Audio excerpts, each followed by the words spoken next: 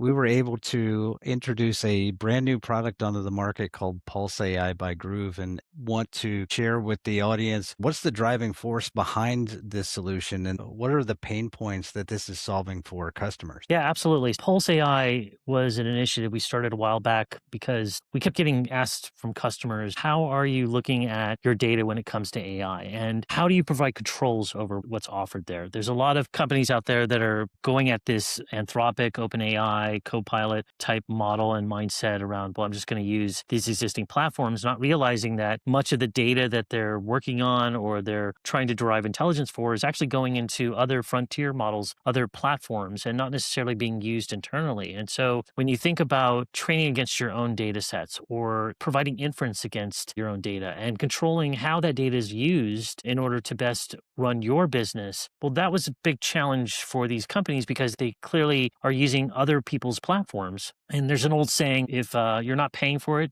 you're probably the product. But I think in the case of these larger model setups, you may be paying for it, but you're still the product. You're Right. still putting it into these systems. And so the concept of time Pulse AI is really to gain control over your data, own the knowledge that's being produced, and be able to provide that in ways that's usable and consumable in much easier ways than just going out there and trying to put this all together yourself. Yeah, putting it together yourself is not easy. How many customer conversations have we had where they want to get started? They're not sure how to get started. They're not sure who's going to manage this, right? And so I think that's an important part of this platform is as a service. It's built and powered by Cisco and NVIDIA together. It's got security built in from the ground up. And you've got a team of experts who are going to manage this for you. Yeah, absolutely. I think that idea of a solution really encompasses three aspects. You have to have the GPU compute that you need in order to run these AI workloads. You obviously need a platform that makes it easy to build and produce agents to deploy them into your enterprise ecosystem. And then ultimately, you want that system to be managed in a way that it stays up and operational and that if there's problems, they can be fixed and addressed by a service provider like Group. Absolutely. Let's dive into the solution parameters. The hardware that we're looking at is Cisco and NVIDIA powered. So when we talk about the GPUs, what is the scale that a customer can lean into when they're talking about how do I implement this at scale? Can I start small and scale up? What's the solution that I'm buying day one? Yeah, great question. Many times when people are going off and trying to get GPUs, they're not necessarily sure what to get. And it used to be, if you go back even a couple of years, whether you're talking about H series A's, L40S's, you didn't really know which GPU was the right one. But the pattern is now kind of merged into one of two different types. Either you're getting the RTX 6000 Pros, which is the general set of GPUs that are used by customers who might want to be doing, for example, some aspects of computer vision or even some use cases around conversational AI. Maybe you want to focus on document intelligence. This is really kind of your early foray into GPUs, where maybe you have a condensed set of specific workloads that you'd want to run. On the other side, the B300s from NVIDIA have become the de facto standard out there today. And again, starting with 16 GPUs gives you a platform to be able to not only offer a baseline of GPUs for multiple departments and even multiple users, but allows you to isolate your agents to any of these GPUs so that you can maximize performance. For those B300 cases, you start to get into some more interesting, higher powered capabilities, high throughput inferencing, going beyond 16 GPUs, maybe to 32 or 64. You start looking at supervised fine tuning that you might want to perform or A/B testing of your models. So depending on what your use cases are, you're normally either going to look at kind of like an RTX pathway, or you'll be looking at a B300 pathway. We find that a lot of the enterprises are probably going to align to the B300s, but it's not to say that there aren't RTX use cases out there as well. It's a really good point. It makes it nice because you can tailor the solution to your specific use case. If you want to start out and you want to start out with simple chatbots and things like that, you're not going to need a B300 or a cluster of B300s to do that. If you want to start doing fine training, a small RTX Pro cluster might do the job for you. If you want to really scale out or you want to do some real work on it and be able to fully utilize those GPUs, one of the things that Rajiv and I had talked about in previous conversations was the utilization on GPUs is pretty low. Yep. And so if we can take those larger VRAM GPU models or GPUs and flip them up through MIG or through time slicing and better utilize that for the customer specific use case, it provides more efficiency and better return on their investment. Yeah, absolutely. And that's where, if you're an enterprise customer, a lot of times you're getting GPU requests from many different departments. Many different business units are coming and saying, I'd like to buy this GPU server. I have this relationship and I want to get this one to come in, or I want to use these types of GPUs. This allows you to bring in one platform. And I know we've been talking about the hardware, but how do you then put software on top of that to allow that segmentation and tenancy within your own business so that users can have their appropriate allocations? And whether you're doing, some aspect of big or a slicing in the environment, you can divide those GPUs up for those particular users and for those use cases to maximize that utilization, and also build appropriate chargeback mechanisms. So if I'm going to give, for example, the research department of one company access to 8 GPUs, you can actually build a charge mechanism for the cost of that and be able to either show back or charge back, which is a popular mechanism in enterprises, to be able to understand like what that investment is costing to the overall business. Yeah, and that's a really important point. When we talk about security, a lot of times we're focused on external security, protecting our data, protecting exfiltration of our model weights, those kind of things. But it's also a matter of being able to see what is being used in our environment. And so having a way that we can create multi-tenancy and even organizations within that tenant so that we can control costs and we can monitor utilization is going to be key for a lot of these enterprises as they begin to grow these initiatives. Right now, you have lines of business that are coming with all these different use cases that they're trying to implement, but where's the governance happening in these use cases? Exactly. Exactly. And I think that the governance is really dependent upon the business. It's dependent upon how they choose to use this in an environment. One example I like to use all the time is retail. There's a seasonality aspect to many things that they do. Back to school, you've got holidays, depending upon where that business is located, what countries that they work in, that can impact what certain types of availability may mean for accessing resources to use as part of those businesses. So if you're looking for, let's say it's in the United States and it's around Christmas time, how do I, for example, do research on like what kinds of presents or what kinds of budgets I might work with, a conversational set of chatbots? Well, you want to provide more resources for that and provide the tenants during that particular period of time. But then once that seasonality period is done, you may dial that back and give it over to other research groups who maybe want to look at, well, what are the sales projections that we went through? How can I better understand the financials that were put into there, and have agents to look through the data sets for what the purchases were? And then from that, can I understand, oh, well, we actually did pretty good in this space and we didn't do so well in this space, which allows them to adjust their investments and what they buy for maybe the next seasonal period. You mentioned, example, retail operating in different countries, but countries become a game all of their own when it comes to GDPR requirements. Yeah. So how does Groove help these customers satisfy those regulatory or GDPR requirements using this service? It goes well beyond GDPR. We've got things like ISO 42K1, which is becoming a bigger standard for companies. You've got the EU AI Act that is starting to bring about a lot of questions in terms of how AI is ultimately being used. In the United States alone, I think we have over 20 states now that are implementing their own AI policies and use mechanisms within the specific state itself. And these types of mechanisms really become important when we think about the idea of sovereignty, right? Being able to maintain and control things in your own environment. Think of it as many ways like a perimeter. You're putting a perimeter around your infrastructure, around your data, your knowledge, to use it in a way that's appropriate for you, so that many of these externalities and regulations don't necessarily create mechanisms by which, if I'm running my infrastructure out of this cloud in this location, I'm going to have to deal with these rules, and the data over there may not be able to move easily over into, let's say, another environment. You get to maintain that control, that sovereignty, and that autonomy around what you do with your data within your own private environment.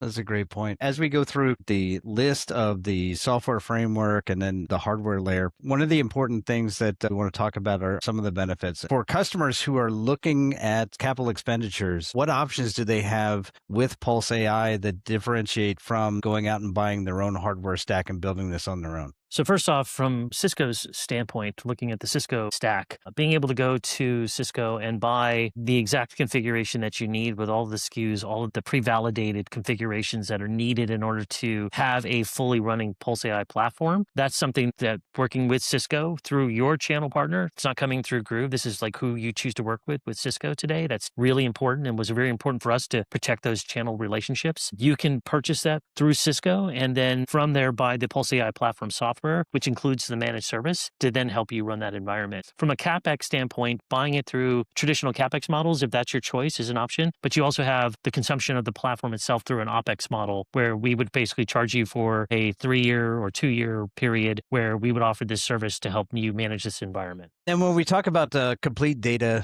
privacy and security and the enterprise management tools, obviously agent frameworks, this is what your developers are going to be using to build your AI use cases and deploy them. N8N is popular. Obviously, NVIDIA is kind of the leader in this space. Are there other platforms that they could support on here? You can, without getting into too many other partnerships that are underway. I'd say that N8N is pretty popular along with NVAIE, depending upon what you're rolling out. Those are the two primary ones we see launching day one, but we'll be bringing some others in for sure to accommodate different build outs. Ultimately, the goal is to make it simple to deploy these models, these endpoints, and then making it easy for you to upload the appropriate, say, Docker image for the agent that you want to run, connect it to the right endpoint for the model that you want to use, and then away you go. And that kind of simplicity makes it much easier to consume at an enterprise level where you're focusing on how do I get these agents running? How do I get them scaling effectively for use in the environment? And kind of taking away some of the back-end complexities around even how some of these things are built out through traditional software development lifecycle processes. And one of the things I really like about this solution is, obviously we talk about the security wrapper that we want to include around AI from the ground up and not bolt on. So having the Cisco Secure AI Factory software stack in there really makes a difference from the customer point of view. You let the developer go out and build what they want. We control the security around it. We've got the hardware layer, and we've got a couple of different options as far as the hardware layer. So when we talk about customers who want a bit of a lower cost option, there's some options with Hyperfabric. If customers want a fully NVIDIA certified stack, we've got a Cisco NVIDIA Spectrum X based chipset, which that could be deployed. It's a little bit more costly, but it does provide the assurance that it's going to be fully supported by NVIDIA. And I think overall, taking the hardware and then combining it with all the other Cisco elements that are absolutely vital here. I think people sometimes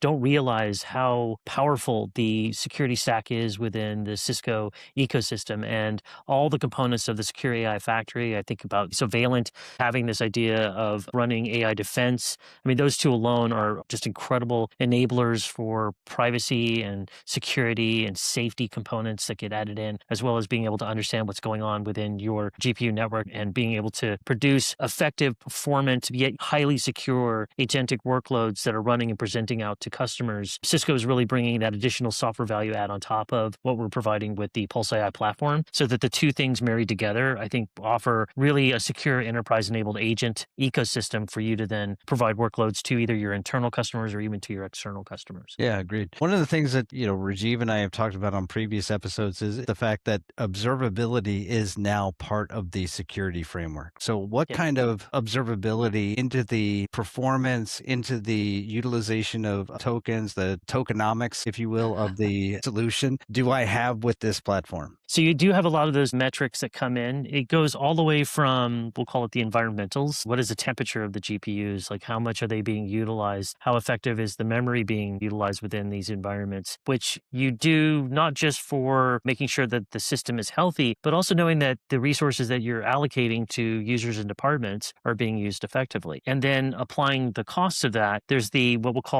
we want to charge back. And then there's also the what should we charge for? And both of those have observability metrics in terms of the amount of traffic coming in and what can be recorded versus, say, what is that GPU doing and how much am I ultimately going to charge for it? So it allows the enterprise to be a bit more like a cloud, if you would, in terms of how they manage the cost structures when they bring these infrastructures in. Because it's one thing to go buy this, and I think a lot of CIOs, CEOs, even the CFOs now are looking at the amount of money that they're going to spend on GPUs and saying, is this worth it? Is this something that we should do for our business? They're recognizing, obviously, that they need these controls. They need these ways in which to understand and maintain aspects of this. But they also want to know that it's being fully utilized. They want to make sure that they're maximizing their investment and ultimately spending the time on getting the ROI from all of the AI use cases that they ultimately want to be able to run. And so having those observability pieces and rolling back to your question, Matt, having the financial view, having the physical capability view, as well as any other collective metrics that you need within the system around traditional network traffic, CPU utilization, GPU utilization, all of those things are combined together to provide you an optic on the health of the system and then ultimately how well these agents are running, including, for example, do I need to give more GPUs to this workload because it's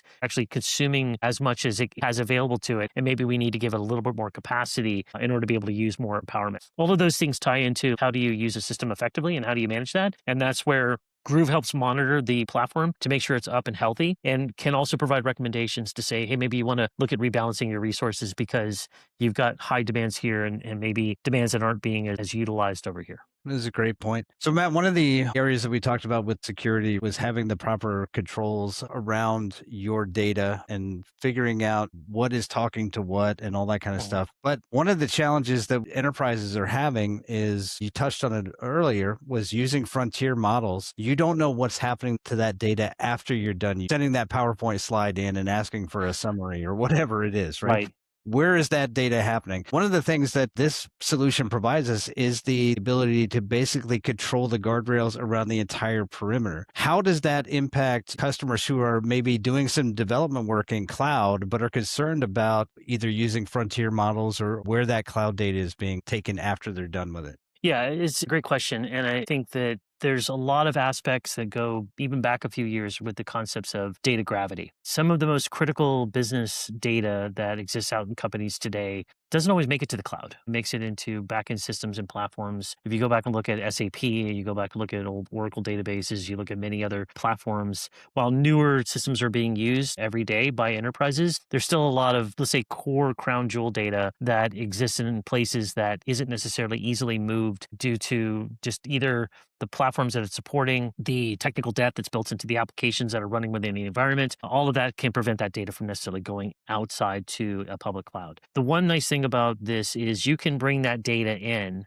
to the PulseAI platform and use it. But you can also now conjoin that with data that you have inside of your data center, inside of your hosted premises ecosystems, and then connect those two in order to see better results. The nice thing about AI, it's not just, being able to send a request and get like, what's the next word that's coming back? But when you can contextualize that to the data that you have had for years, if not decades, that has historical value, that has relevance to how you can forecast things within your business, also connected to other data that you may have sitting within cloud that's now available to fine tune a model and present that out to users. That's really empowering. And knowing that you've got this perimeter that you define to protect the data assets that you choose to connect into PulseAI platform, and not necessarily allowing that to egress out to other environments where it can be used, to your point earlier about shoving that into a frontier model, or somebody forgets that they're not using the right business account and now they're slipping confidential data into another ecosystem. It's like, that isn't what's being used anymore. It's all your agents, your chatbots, your document viewers, your models used in the way that you think is most appropriate to how you'd use your business, and not something that is just being leaked intentionally or otherwise into some other people's AI platforms. One of the areas that we've had a lot of conversations with customers about is the speed to value conversation. So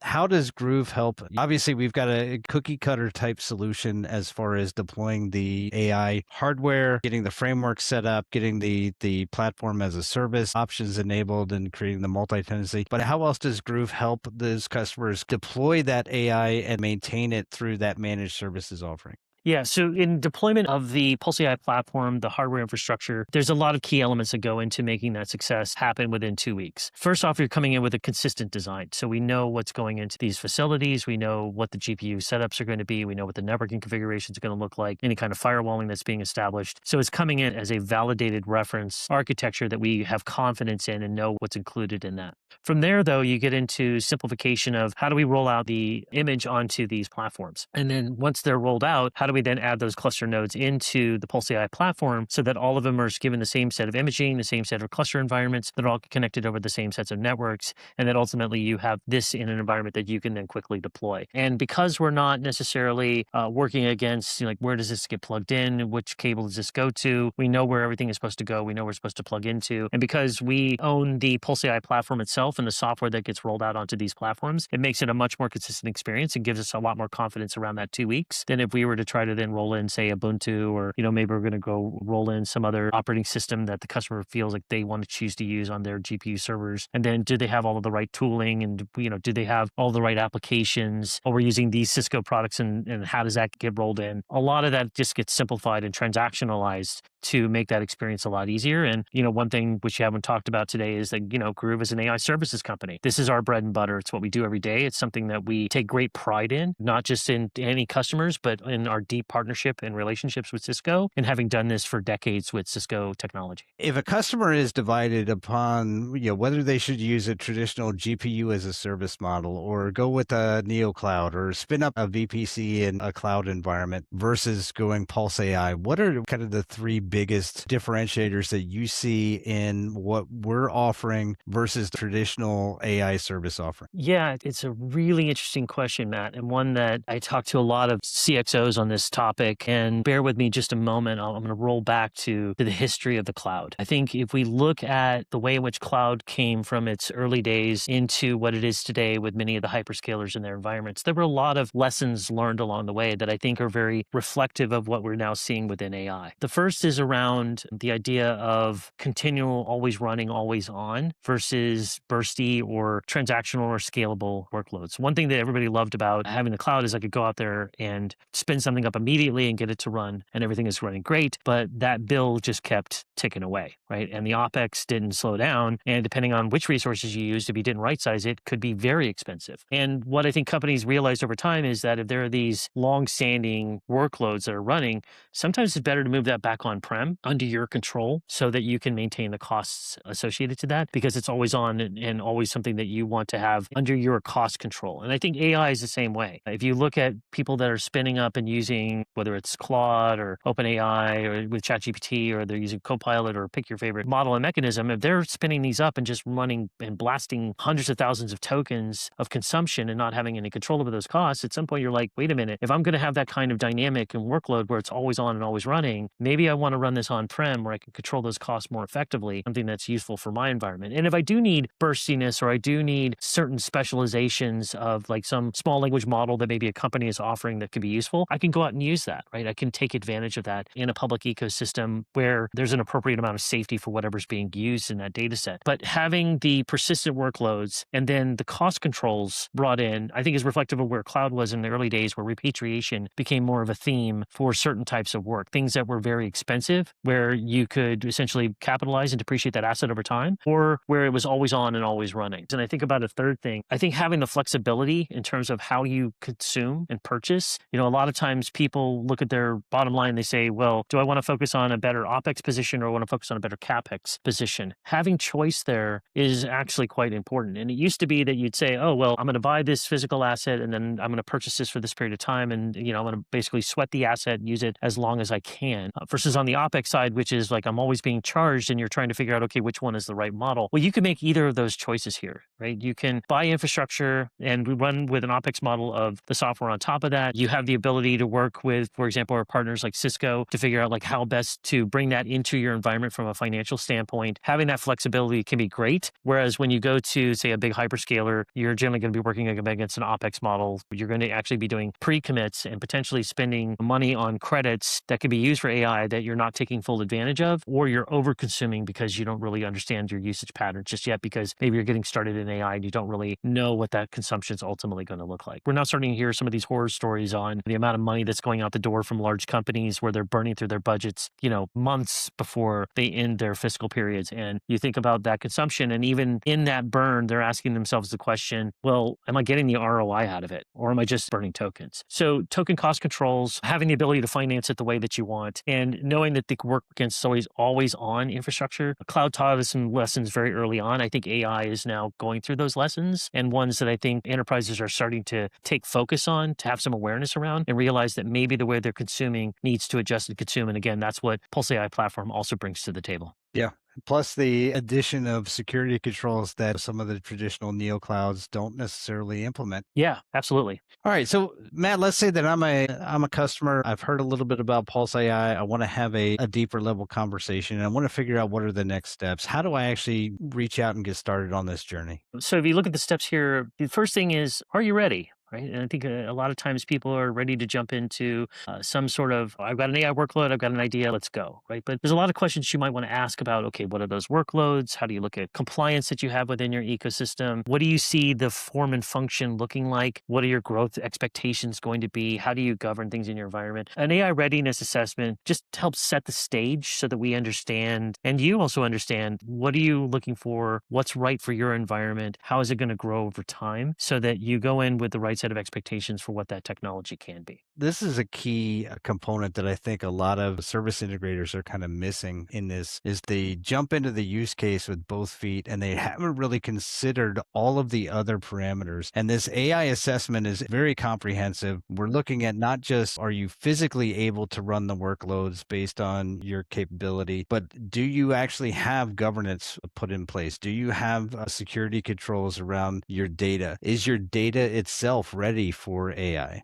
Yeah, absolutely. And data is always an interesting topic, one that companies think they've got clean data, but then you dig into it and, has the right labeling taking place? Is it in a location where it can be used correctly? Is it grows stale quickly? There's lots of questions that you could ask about data sets and just being ready to take advantage of AI from all aspects, whether it's infrastructure, data, or anything in between, is absolutely important. Yeah. So then the next step would be to schedule this proof of concept, and 4 to 6 weeks. Is that a fairly normal time frame? Are there longer POCs that'll run depending on the complexity of the use case? Yeah, and I think going back to the earlier point about the assessment being simple, but maybe not so simple, I think what sometimes happens is when you want to jump into a POC, if you haven't done a readiness assessment, you don't really know what your objectives are, what you're trying to get out of the POC, and truly understanding what does success look like, right? So having that short window of time and getting the maximum value out of a POC means understanding what it is you're trying to do. What do you expect to see when you come out to the other side of this to know that whatever's been put into place is going to deliver to your needs. So doing the assessment and the proof of concept together allows you to ensure that you're going to get the right view on, is this working in the way that you need it to work? Can we actually see these workloads running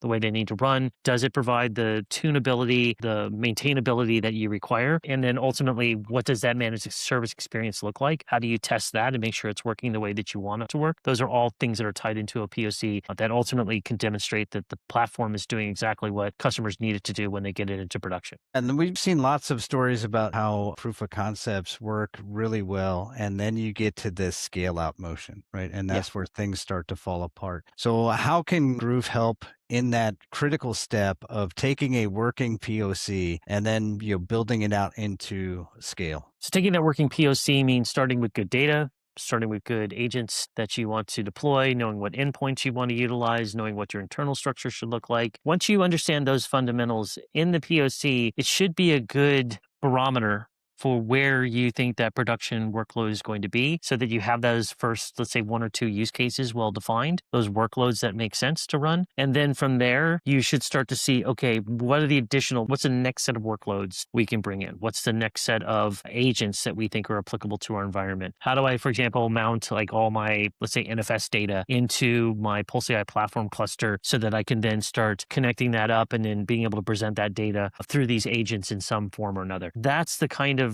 stuff that is ultimately going to ensure that you're scaling from maybe those early use cases that the POC proved out that you feel confident running in production to full scale production, wide open workloads, like getting into even some of the fine tuning of models, being able to deploy multiple models at once through different agents to test that you're getting the right kind of deterministic value from what the agents are reporting back, even rolling out more N8N workflows through this platform if that's your choice, to then from an evolution standpoint, generationally push them out in different versions so that you're seeing better and better results or tying in different integrations as they become available. So getting to that point in that production deployment style is think of gentle push beyond the proof of concept if you've done it correctly, but then making sure that you've identified all the workloads that need to start landing and then helping them build out that environment and getting it running as effectively and quickly as possible. Again, you want to maximize value for your investment. And the way to do that is to understand upfront what you're trying to do, make sure your POC is rock solid and is delivering the value that you expect so that when you get to that production phase, it's just literally starting to launch these things and getting them running and then evolving and building on those over time. Yeah, great point. So Matt, look, the Groove tagline is speed to scale. And I think that this absolutely fits that bill. Yeah, absolutely. We think that you need to work with a sense of urgency, a sense of velocity, recognizing that every company has a different approach, a different set of data, a different set of dynamics in terms of how they engage their customers and what they do internally. But